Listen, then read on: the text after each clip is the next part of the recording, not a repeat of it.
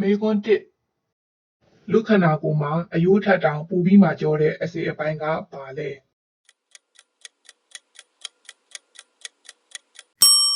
တွားကြွေလွှတ်မေကွန်းနှစ်ခန္ဓာကိုယ်ရဲ့ကအညစ်အကြေးတွေကိုစီးအဖြစ်စစ်ထုတ်ပေးတဲ့အင်္ဂါကပါလဲ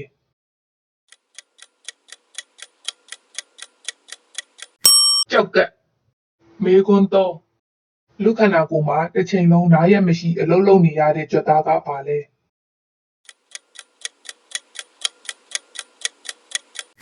နှလုံးကြွက်သားမေကွန်းလေးဘယ်လက်ကလက်သေးတွေကပူပြီးအမြန်ကြီးထွားလေးရှိတယ်လဲ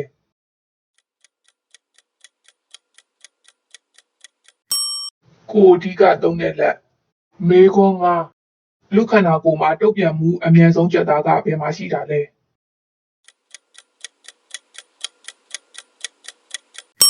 မြတ်တာမေကွန်း6မွေးကင်းစကလေးတစ်ယောက်ကလူကြီးထက်အယိုးအရေအတွက်ပိုများသလား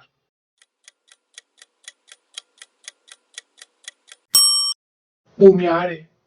မေကွန်း9လူခန္ဓာကိုယ်မှာပြန်လည်ပြုပြင်နိုင်စွမ်းအကောင်းဆုံးအင်္ဂါက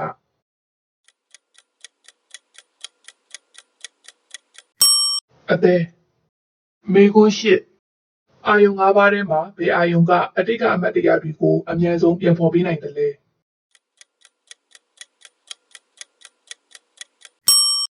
အနံ့အာယုံမေကွန်း9လူတစ်ယောက်လမ်းတစ်လမ်းလျှောက်ဖို့အတွက်ကြွက်သားပေါင်းဘယ်နှခုကိုအသုံးပြုရတယ်လဲ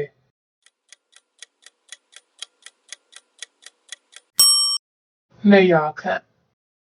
မေကွန်း10အစာအိမ်တွေကအက်ဆစ်ဟာဘယ်အရာကိုတောင်အကြီးပြောစေနိုင်တယ်လဲ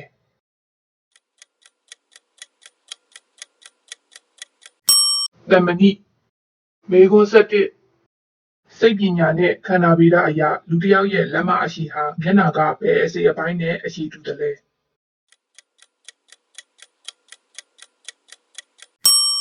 နှာခေါင်းမေကွန်း12လူခန္ဓာကိုယ်ဟာအမောင်ထဲမှာအလင်းရောင်ထွက်သလား